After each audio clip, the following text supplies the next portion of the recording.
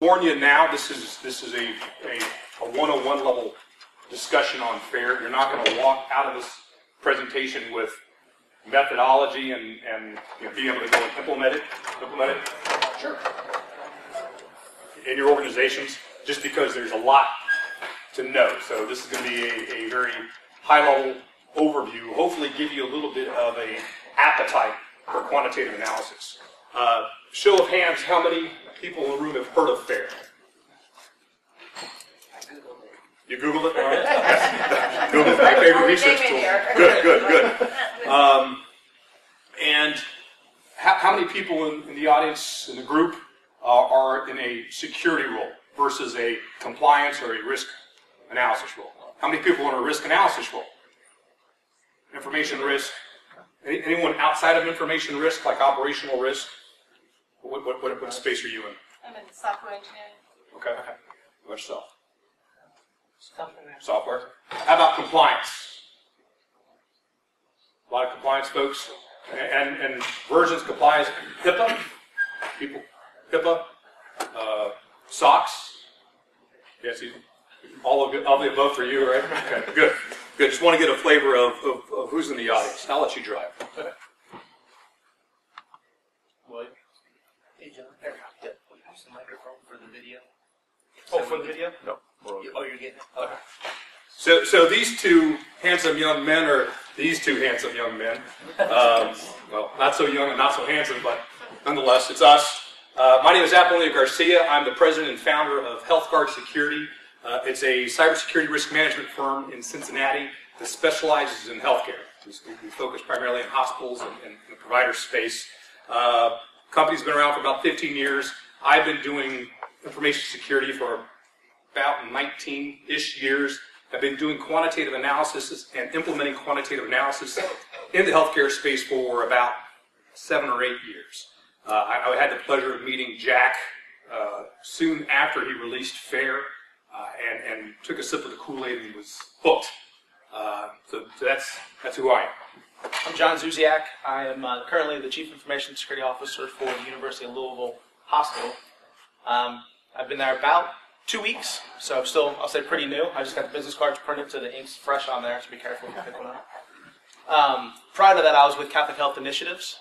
They were based out of Denver, but if you know of Kentucky One around here, you know Catholic Health. I was there for about 6 years, so I was there as a information security officer for all of Kentucky One. It was prior to the bringing together of all the hospitals for Kentucky One. So I was focused in Lexington. I work out of my house, well, I worked at the time out of my house up in Erlanger, Kentucky. So in a kind of week's time, I would travel to Lexington, Louisville, and back up Meta Triangle. So there's a good path worn out. I pretty much have adopted a highway, I think, on that whole trip there. But focused, when I was at Catholic Health, I was focused on risk management, primarily, obviously, HIPAA security was the focus. We use a variety of different frameworks, but high trust is probably what a lot of people know. And at the time, we were starting to kind of have a discussion and migrate towards using a FAIR analysis for our risk management. Prior to Catholic Health, I was with Pomeroy IT Solutions as their security manager. And if you're not familiar with Pomeroy, they're an IT services company, so a completely different type of industry. And I was also in charge of information security there. And then prior to that, I was with Greater Cincinnati Credit Union. So I've kind of hit a lot of different industries and learned that there's problems with all of them. And there's a lot of different things you can carry over from one to the other, but still at the end of the day, they all have the same problems, right? It's just which one you're going to focus on the most. And who's the regulator that's addressing it at the time. So quick question, people in the back, can you hear us okay? Good? Yes, and also, because we obviously have a healthcare background, this isn't healthcare centric, because this is a very agnostic, industry agnostic methodology you can apply to all of the above. And really quick, disclaimer, we're not attorneys, right? There's nothing in here as legal advice. Hell, I'm not even sure if I believe us, so take it all with a grain of salt. Good. So the audience, or how we develop this presentation, it's really two or three different audiences. One is if you're a Chief Information Security Officer or a risk officer and you are looking for a tool or process or methodology or framework in which to express risk, cyber risk, security risk, and business terms. So that would be one use case for what we're going to cover. Another use case would be if you are someone in compliance and you had an auditor come and say, hey, we've got a high-risk issue over here, and you're looking at it saying, that doesn't feel like a high-risk issue. I think that's more of a medium or a low, and my intuition's telling me that it's not as bad as you're making it out to be, but I need something to help us kind of prove that.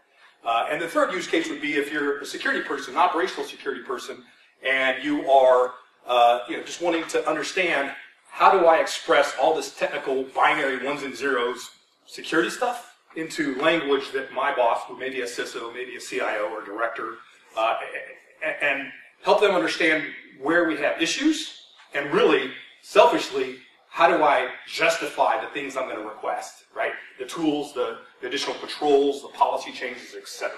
So those are kind of three general groups of people that hopefully will get some value out of this presentation.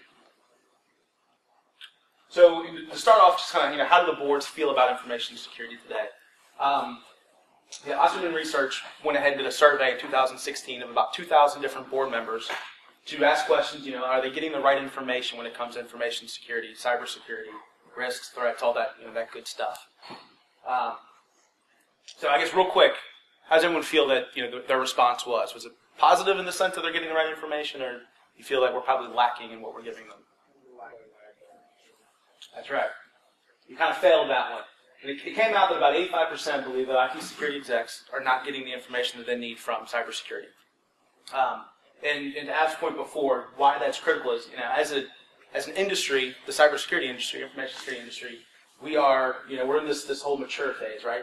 We came up from where we were just sort of the stepchild in the back of the room that no one really wanted to talk to, or we're always telling people no, to now we have a seat at the leadership table, the board table. We're part of that, the adult group at Thanksgiving now. So the key is we have to give them the information that they need, or else, unfortunately, they'll probably kick us off the big table. So of that, 54% felt that we're giving them too technical of information. And I don't know, has anyone had this look before from your executives or board members? Show of hands. Yeah, I mean it's not a good feeling when you go in and you're all proud of the presentation you put together, and you pulled all that operational metrics, and you know it like the back of your hand, and you get this look from the board. And kind of the point, the key is, if we're constantly going to them asking for resources, asking for funding, we need more headcount, we need better tools, we have to be able to speak their language. That's really what the whole kind of punchline is we need to be able to go to them with information that they understand.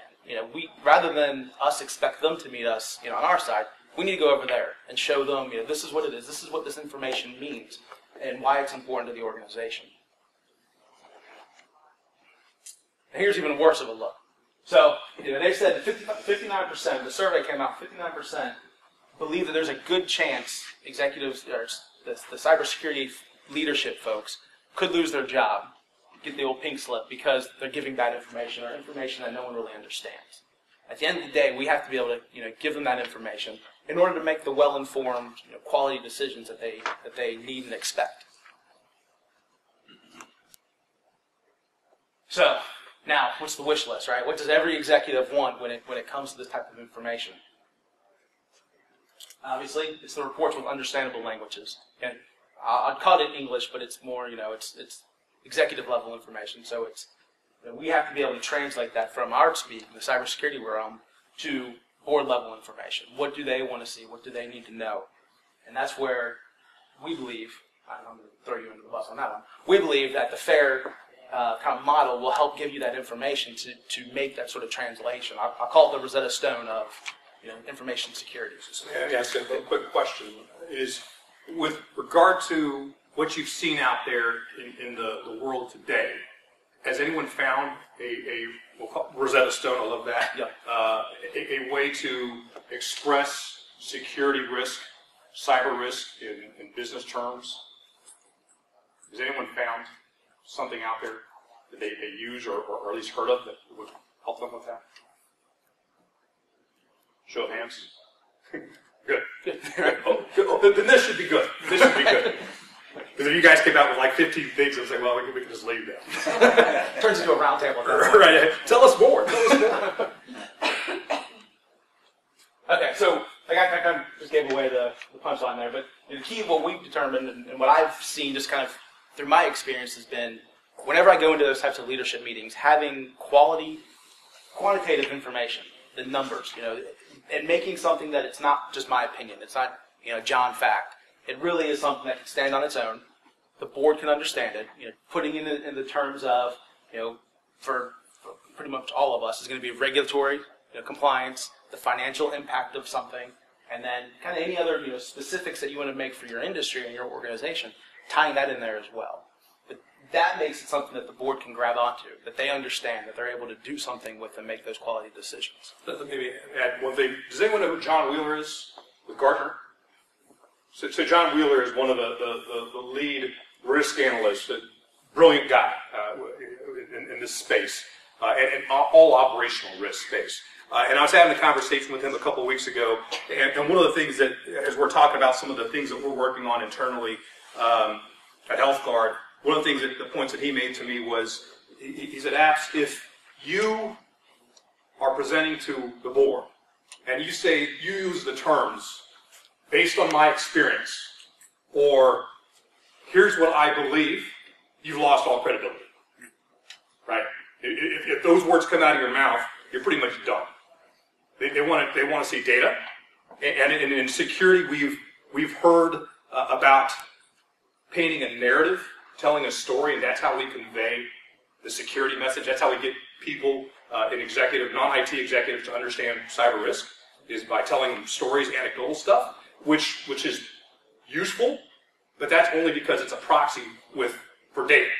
Right now, per the informal survey I just conducted, people don't have a better way to convey risk. Okay, so kind of back to what are the board's looking for? The key is they want progress that is being made, that we're making the progress to address the company's risk, right? We're moving that needle forward in a positive manner forward to reduce risk. They want to be able to see that and make it something that's tangible for them. Okay, now it's kind of a journey on this slide. So if you're in the back and you can't see it, I'll use my language to be colorful and paint a picture for you.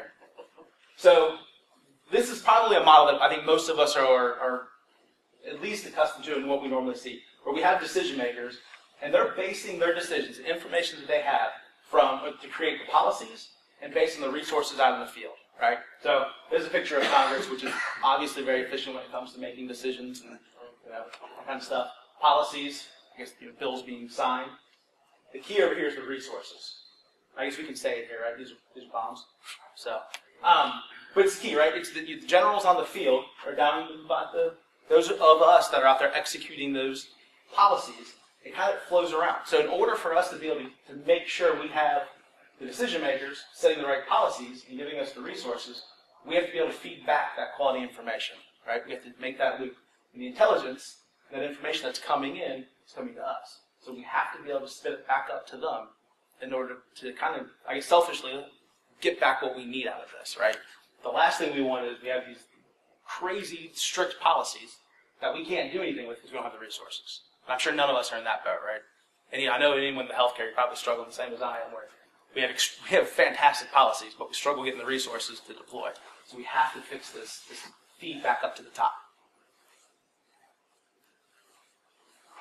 So risk. So we'll jump into a disclaimer, right? The famous economist, Mr. Box. Everything we're going to describe here is a model, right? And you should never base a decision solely on a model. You should never allow a model to make a decision for you. That's probably a better way to put it, right? It still takes intellect. It still takes a human to take the output of a model, analyze it, and make a decision. And the reality is, and the reason is, because the real world is so complex, you can't account for every variable, every factor, right? So he was brilliant in saying that all models are wrong, some are useful. this is a simple risk analysis model that I would assume everyone is familiar with, where you have threats acting on assets, exploiting some vulnerability that leads to some kind of loss event, impact we call it, right? So pretty standard. This is straight out of NIST 830. And also within NIST 830, they describe 3 forms of risk analysis. Does anyone use NIST 830? A few folks? And this should be super new. Qualitative analysis, semi-quantitative, and quantitative. So within the qualitative analysis, we're simply assigning some kind of qualitative description to a risk issue, either the impact or the likelihood, the probability or the magnitude of loss, if we're talking in fair parlance. And so, you know, a high times a low is a medium, that type of stuff. Most of us have seen these type of heat maps before. Then semi-quantitative, I actually call pseudo-quantitative, because all we're really doing with semi-quantitative is we're taking those qualitative descriptions and assigning a number to them. And without getting into all the jargon, these are actually just ordinal scales, right? It's just order of numbers. It's not actually a ratio or an integer that we can actually do real math with, right? We can't do multiplication with it. We can't divide this stuff, but we do, right? With these types of models, we actually try to do math with it.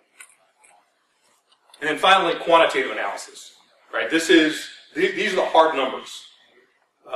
You know, basically, what we're looking at here is a histogram that was developed using Monte Carlo simulation, which is a form of stochastic analysis. Has anyone seen or used anything like this? A couple heads nodding. So this technology or the process, the Monte Carlo process, was actually developed in the Manhattan Project.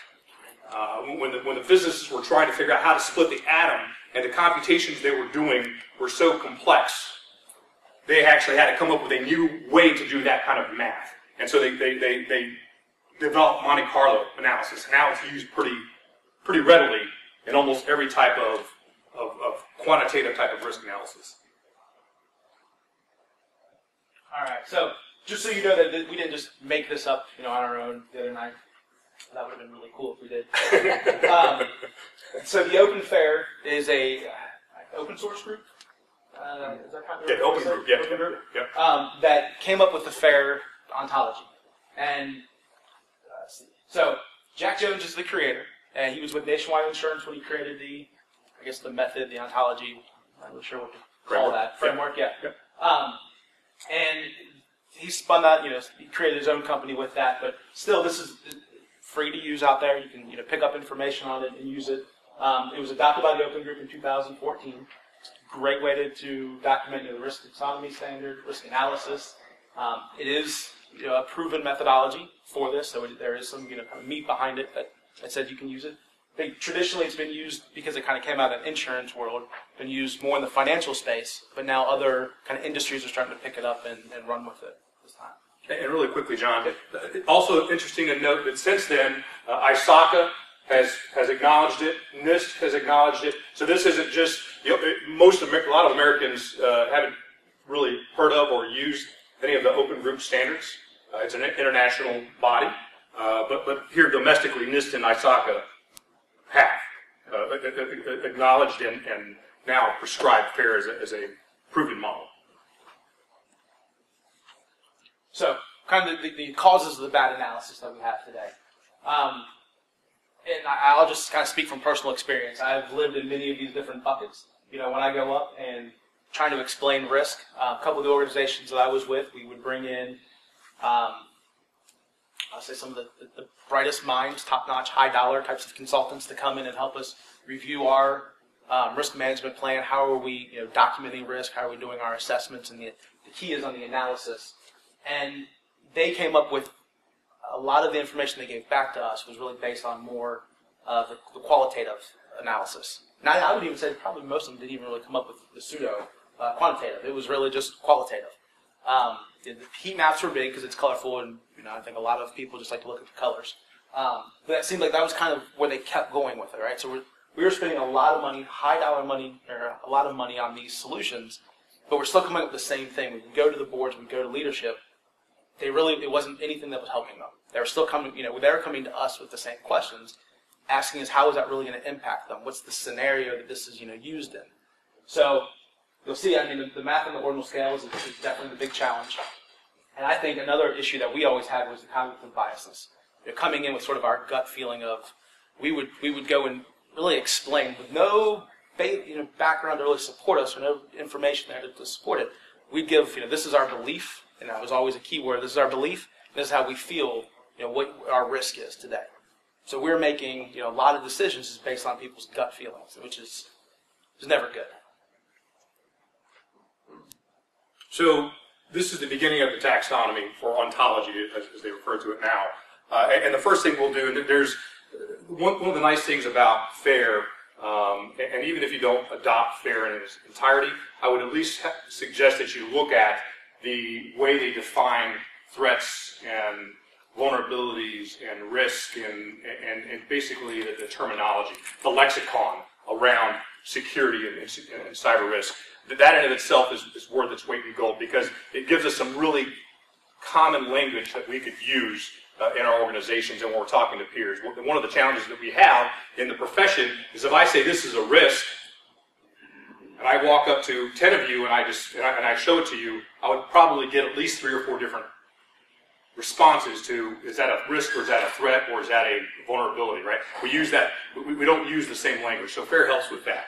So really quickly, the basic premise is that risk is the probable frequency and probable magnitude of loss. We use likelihood and impact, but if you're going to talk in probabilistic terms, quantitative terms, it's about probable frequency and magnitude. Now, one of the interesting things, and it took me a while to get around this, but there was genius in Jack's development of using frequency versus probability. I was convinced that we needed to use probability in the likelihood side of the equation. But what I realized is, after talking to a number of folks in the space that are smarter than me, that with a security incident, it's not, is it going to happen? It's going to happen. You're going to have a phishing attack. You're going to have a virus infection. It's about how often does it happen. So that was one of my little ahas. It took me a couple of years to work out in my head. On the left-hand side, he starts to decompose the loss event frequency. So, one more. So the first piece is threat event frequency. We probably could just jump through these. Is threat event frequency, and that is made up by contact frequency and probability of action. So basically what we're saying here is that the loss event frequency is predicated on how often a threat event is going to occur. That's a bad guy acting against one of the assets that we care about. That could be a IT asset, that could be information, that could be whatever. It could be your car, it could be your home. And how vulnerable we are to that threat, right? So, quick analogy is, if I've got Fort Knox with security guards and SEAL Team 6 surrounding it, and I've got a kid with a BB gun walking up, there's no real risk there, right? The threat cannot circumvent the controls we have in place. So the risk doesn't exist. Does a threat exist? Yes. But is there risk? No. On the threat event side, we've got contact frequency and probability of action. So basically what we're looking at there is how often will that threat come in contact with our asset, and when they come in contact with it, how likely are they to act? So another quick analogy is if you leave your car or leave your laptop in your car, how many times will a threat be exposed to that? Well, if you leave it in the middle of downtown Louisville, probably a few dozen times, right? Someone walking by could potentially be a threat to that asset. It's only when they actually take a hammer or something and break that window and grab the laptop that it actually turns into a threat event. Same thing on the vulnerability side is that's comprised of threat capability and resistance strength. Right? So basically, how good is the threat community or the threat actor versus our resisting strength. So going back to that Fort Knox model, is that kid with the BB gun able to overpower SEAL Team 6? Probably not, right? So also really quickly, a quick tangent here is one of the nice things about this taxonomy or the ontology is that you can do the analysis, and we'll show this in a minute, at any level. So you don't, for every scenario you're developing, you don't have to go down to this level. If it's reasonable and appropriate, you can do it at this level or at this level or whatever level you want, and that may make a little more sense in a minute. On loss magnitude, this is another one of the gems within FAIR, and this is really a paradigm shift, is thinking of loss in terms of primary and secondary loss, right? So again, this is the impact side of the equation. So think about when you have, let's talk about Equifax, right? They just had an oh no moment, right? Where do you think most of the loss in Equifax is going to come into play? Stocks. Where else? In terms of dollars leaving the organization, where is that risk going to materialize? Fines. Maybe some civil actions, right? Lawsuits. Exactly. So the definition of a primary loss factor basically are the losses that occur basically within the four walls of the organization. So with an Equifax type of event, that's going to be the loss and cost of responding to that event. So it could be, the forensics investigators they got to bring in. It could be if there was a stolen laptop or something. It could be replacing that laptop and what it costs to replace that laptop.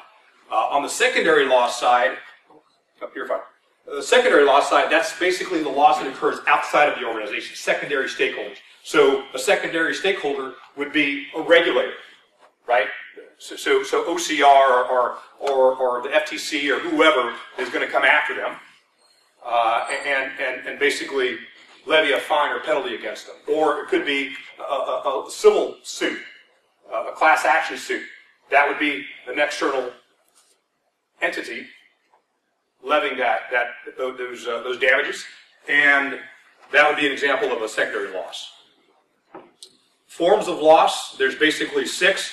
Productivity loss, so we would actually try to estimate or calculate what's potential loss productivity. And in Equifax, there's probably some lost productivity because now you've got teams that are having to investigate, respond, and do all this versus their normal day job. But the lost productivity would really be, when can't we make our widgets anymore? So you have a ransomware attack, suddenly your factory is shut down.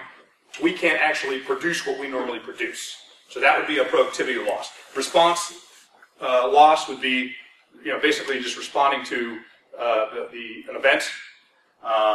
That could be a legal response or internal IT response costs. Replacement would be, again, example being a laptop being stolen or any other asset that's stolen would have cost. Fines, judgments, competitive advantage, and reputation. Those are all different forms that we evaluate when we're calculating loss. We already talked about the secondary loss. So case study? It's a case study. So an example of how we can use the FAIR ontology to do our analysis. So I'm going to set the stage for this one. So we have, auditors are reporting the lack of laptop encryption as a high-risk issue, right? I'm sure we're all probably in that recently. The encryption, we go out and we check with our vendors, we see what kind of solution we have. So it costs us somewhere in the neighborhood of $250,000 to purchase this solution, deploy it, have it up and running on all of our laptops. CFO comes to us, because I'm sure they're going to be involved before asking for $250,000. The CFO comes to us and asks us, is it really worth going down this path, putting in this control for all these laptops, spending this money versus something else we could be doing as an organization?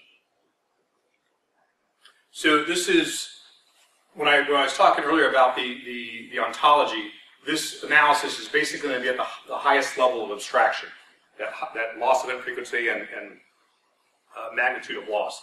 So you do your assessment, you talk to your security team and your IT team, and basically you say, guys, with 95% confidence interval, and that's not looking for an absolute certainty, that's looking with 95% confidence, and this is expressed in in the taxonomy and in the framework and how you do this, what's the minimum amount of losses, laptops stolen, you expect per year? And basically they come back to zero, obviously. Right? We can have a great year, we lose no laptops. So okay, great. What's the maximum that we've seen? And they say, well, last year we had 2, the year before that, it was a bad year, we had 4. Okay, so is that the absolute maximum? They come back and say, no, we actually think 5. 5 is the maximum, again, with 95% confidence. Now, this is a very simplistic example, but just for demonstration. And then you establish what's the most likely. Well, on average, we lose 1 a year. So now, within the calculation, within the model, you've got how often is a bad thing going to happen. That's the loss event frequency. Then, with the loss magnitude, you go through a similar type of process. In some cases, you're going to be interviewing various stakeholders in the organization. You could be talking to legal, you could be talking to finance, you could be talking to people, in healthcare, we're talking to people in clinical engineering, we're talking to people in the emergency department, we're talking to people in pharmacy and lab. And one of the byproducts of this process, of this approach, is you're really learning the business. Right? As a risk analyst, if you're trying to have a seat at the table, if you're trying to be able to express risk in business terms, you kind of need to know the business that you're in. Right? So one of the byproducts of this is that you get to go talk to people and ask some interesting questions and probably learn some things. We do all the time, and we actually sometimes when we're talking to clients, especially with the IT department, we go and do our little analysis and have our conversations. We come back and say, did you know this? We're like, no, we didn't know that. What about this? No, we didn't know that either. And you get to have that conversation. So on that point, you quickly learn that it's not a bit to bit, a byte to byte. You really learn how all this stuff is being used. It's, to your point, it's a great thing to understand the business and how the technology is being used today. So you go through a similar scenario as in the first part, and you get the estimate. Okay, if something bad were to happen, we're to have an incident. What's it going to cost to replace it? So you say, okay, our cheapest laptop with the re-imaging process, you calculate that it's going to cost you $1,200 to replace this bad boy. Well, if it's an executive laptop, they've got the latest Surface with all the doodads, $2,500 on the upper bound. And then the most likely is $1,750. That's the average cost of a laptop replacement. Then you do the same thing. What's it going to cost us to response? Well, you start having a conversation. You say, well, what does a response entail? Well, it could entail, maybe we have to have a forensics examiner come in and do an analysis of what's on the hard drive, right? And some of this we can do internally. So internal labor costs at $2,500. Well, what happens is we have to get someone from the insurance company.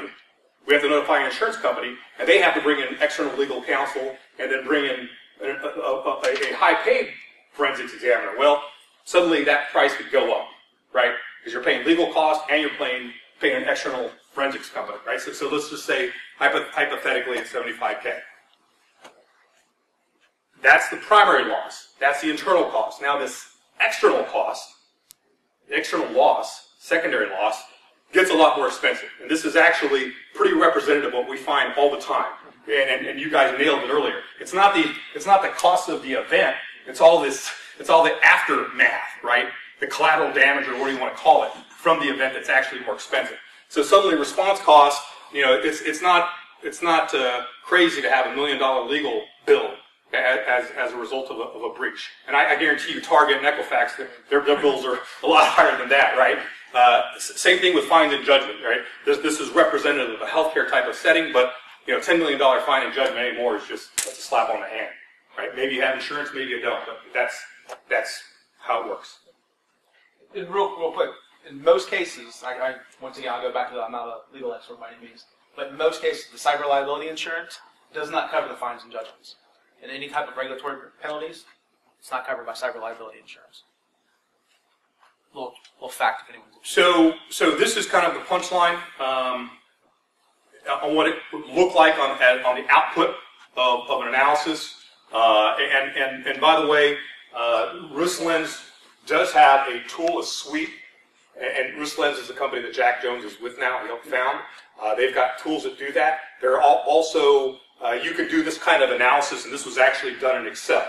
So you can go get a Monte Carlo plugin for Excel, install it in your Excel, whether it's a free version, open source version like OpenPert is one of them.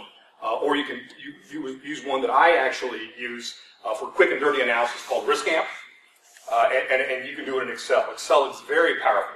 Or you can do something more sophisticated like using R or MATLAB or something like that if you want to do some heavy statistical number crunching. But nonetheless, what we have here is primary loss, secondary loss. This is a little bit of an eye chart, but what this is basically saying, the total loss exposure minimum is 4,800, and I'm blinding myself. Maximum is 734K annualized loss exposure. So now we're able to say, here's all the facts and figures and how we dug up this information. Here's all the assumptions we made, the factors we looked at, and here's what our annualized loss exposure is. And this over here on the bottom is a histogram that represents that data. And so then the punchline being, going back to that auditor question, in this case study, we identified these risk tolerance tiers, if you want to call them that, as very low, low, medium, high, and high, and very high.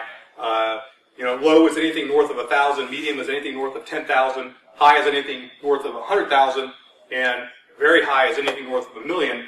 So this situation, this simulation is actually a medium, right? So you go back to your auditor and say, ha-ha, it's not a high, it's a medium. You're wrong. Which I'm sure they'll endear you. They'll love you for it.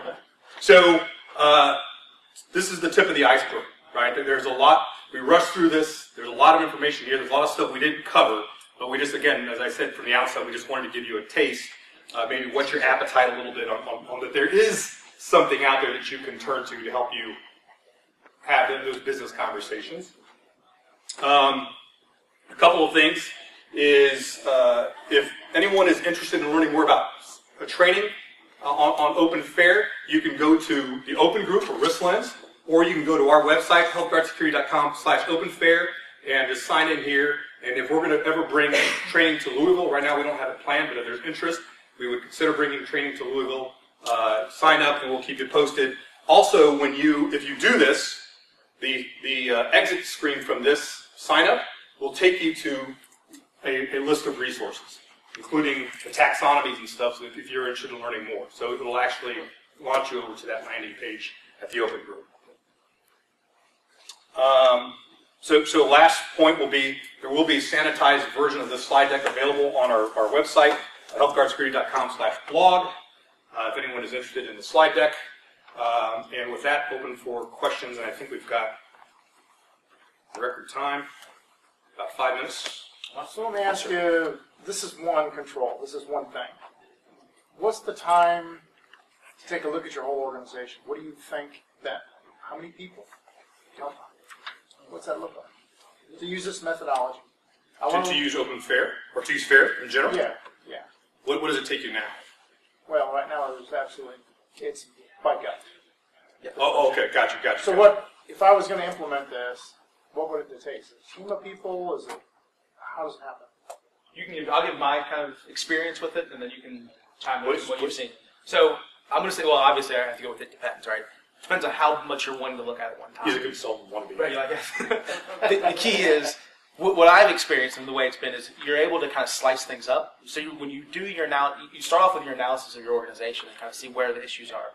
And this is like phase 2. You step in and start doing that analysis of those areas, but you can focus on certain areas. So you don't have to do everything, the whole organization at one time. You can set, kind of look at. So the areas of the high risk pretty much. Yeah, we got an idea. I mean, from knowing the business, you kind of, you understand certain things. But then kind of in your free time, as you start to do other analysis, you see other areas that are either riskier that you never thought about, or things that you thought was your highest risk area that's not really concerned at all. So as you start to have those conversations, you can start to kind of fine tune kind of your gut instinct of where things are and how things are laid out, and then you can do the deeper dive and deeper analysis in each one. I'll give you a 2-part response. One is don't try to boil the ocean. Right? Oh, yeah. Start. So if you've got an issue that someone's asking about, analyze that issue, right? And basically prove that this thing will work and prove the value to management, because this is going to be new to them, right? And maybe new to you. So prove the worth, get a feather in your cap by doing it once and seeing if it really resonates with folks. The second thing is you can do it more scientifically if you want to try to look at the whole picture at once by using external proxy data. So an example of that would be if you go to Privacy Rights Clearinghouse and look up some of the types of events that have happened in your industry. Or for us in healthcare, we look at OCR data. It's all publicly available. So we go analyze that data and say, what are the types of events that occur that are most common, and which ones lead to fines and penalties? Which ones lead to major issues? Right. And let's start there. Let's analyze against that scenario. Right, and that's a little more structured way to do it. If you want to take a holistic approach to it, and usually that's where the questions are coming from, right? Whatever was in the paper last night. Yeah, the board just read, they're calling you and saying, "Hey, what's our risk of this?" Right. Perfect. Any other questions? Who would typically get trained in something like this? I mean, is it mainly the person who's asking the questions, or do you see other people, like when you get into like reputational harm, how they're would you train those types of people, or is it just the person typically asking for that information? Yeah, so it's a little bit of all of the above, but primarily the people that are going to do the heavy lifting on the analysis. So if you're an information risk analyst, whether you do it full time or you do it part time, that would be the person that definitely needs to understand it. Now, everyone that's part of the process for various reasons should be at least understanding of what you're going after. And some of that will happen through kind of osmosis. As you're going through the process, they'll kind of pick it up as you go by the types of questions you're asking and the process you're going through. But one of the issues that we see, and John alluded to it, are the cognitive biases. So there's actually scientific ways to address the cognitive biases, right? So there's the fallacy effect and the recency cognitive bias and things like that that affect how people make decisions and how they interpret the real world. Those types of things need to be addressed. So at the very least, you have to take them through something called subjective probability assessment training, so that when they're giving you data, especially if you're dealing with subject matter expert input into something, you kind of have to make sure that their guesstimates are good. Does that make sense? If you don't have hard data. So back to the main person you want to train is the analyst that's doing the work. But again, if you're going to hand this to a CIO, if you're going to hand this to a CFO, they're going to at least need to know, how do you come up with this, right? To believe the data, right? Yes, ma'am. I work with several different security methodologies, and I apologize, I haven't seen the FAIR concept yet. How does this compare to the high trusts of the world? Way better. Way detailed. So, I've worked with high trust for the last 8 years, and it's very different in the sense that when you do high trust, my experience has been there's not really a whole lot of analysis on the back end. You kind of start off asking the questions and seeing where your controls and gaps are, but then it sort of ends there. There's not that analysis to see what is our actual risk, right? It's kind of more measured on, we're missing this control. Doesn't matter where it is, what your asset is, so now that's a risk. Where this is going to take all of that into consideration. It's more of a holistic view or approach of what you have. So I say it's a deeper dive. I don't know, we didn't really touch on it, but it's a lot of scenario-based kind of analysis, right? You're kind of making the storyboard of what you're trying to figure out the risk on. You're making that story, and then you're taking that information and telling it to somebody else. So on a quick plug on that, ISACA, just in the last version of the C-Risk, said that scenario-based analysis is the best practice in the industry. Right? Not everyone's doing it, but that's where we want to be as information risk analysts. I was going to make another point about your question. Think of FAIR as the engine that can go into a bunch of different cars. Yeah. And those cars are different frameworks like NIST or high trust or almost any other framework. You can take FAIR as the risk analysis computation type of engine and just plug it into any one of them. Yeah. And those all still are valid, right? Yeah, because either way you still have to do the assessment to get that basic information to then analyze. So take, for example, a hospital, if you were to create a security maturity model, you're recommending FAIR, HIPAA, and maybe PCI as your crosswalk. Would that effectively cover all of the controls for a regular hospital? I wouldn't even really look at FAIR as part of that crosswalk, that model, but it's step 2. So you're going to do your controls assessment based on all those kind of requirements, and then you take that information and feed it into that engine to understand what's our risk after that. So you still have to do your assessment component, and then you feed it into this thing to come up with the kind of magic formula from there. So we're big on this CSF, right? That's we're all about it. And if you look at NIST, CSF, and HIPAA, there's a crosswalk between NIST, CSF, but that's not a replacement for. FAIR is that bolt-on that actually does the analysis. So the CSF is just a framework for referencing controls and getting everyone speaking the same language, right? And FAIR gives you that analysis. I heard applause in the other room, so I think we'll take one more question if we have one. Do you do training in Cincinnati, or where do you regularly do training? Cincinnati would be the primary. It's on the website? Yes. Any other questions? Good. So is this different? Show of hands. Interesting nod of heads. Yes. Is this helpful? I think, again, it was a fire hose, so it's a lot of information, but hopefully it's a different take and slant on things. Good. Thank you, guys. Thank you.